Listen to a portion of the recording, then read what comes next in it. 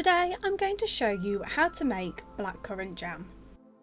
You will need 600 grams of blackcurrants washed and stripped off the stalks, about 400 grams of granulated sugar, 100 millilitres of water and 2 tablespoons of lemon juice.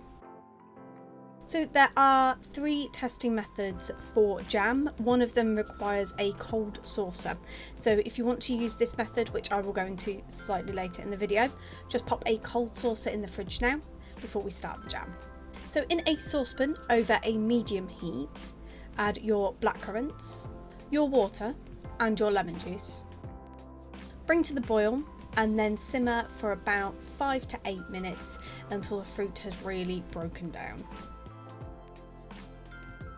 Then, depending on what type of jam you want, if you want a seedless jam, I will show you what to do now.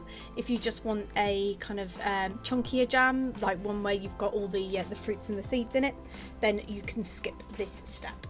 So to have a seedless jam, what you want to do is you want to strain your liquid. So I have just used a sieve just to push the liquid through and then just to discard the pulp. Well, I say discard, I put that on our compost bin, but if you don't have a compost bin then you can just discard it. But yeah, just to strain the liquid through to get rid of all the seeds and the pulp. Like I say, if you don't want it seedless and you just want it as a kind of a pulpy chunky jam, don't worry about this step.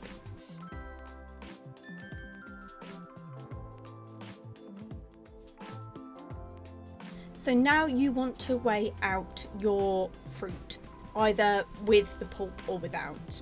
And for every 500 grams of pulp, you want to add 400 grams of sugar. Which the best way to do this is to divide the total weight of your fruit by 1.25, because that's the ratio of fruit to sugar. So for myself, I had 300 grams of fruit juice, so I divided this by 1.25. and this gave me 240 grams of sugar.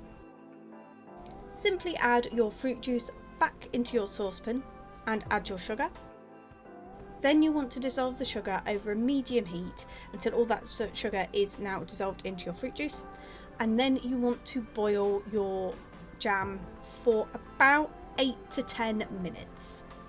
So there are 3 ways of testing a jam's setting point.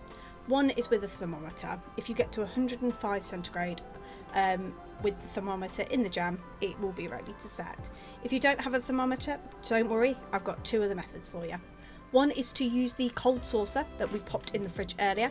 You're going to put a blob of jam on the middle, you're going to leave it for 2 minutes, and then you're going to push your finger through. So as you can see, mine has proper set and it's set into jam, but sometimes you'll get like the wrinkling on top where it is setting on top, and as long as you get that wrinkle or it's like set, then it is ready to set as a jam. The other way is the wooden spoon method, the drop test.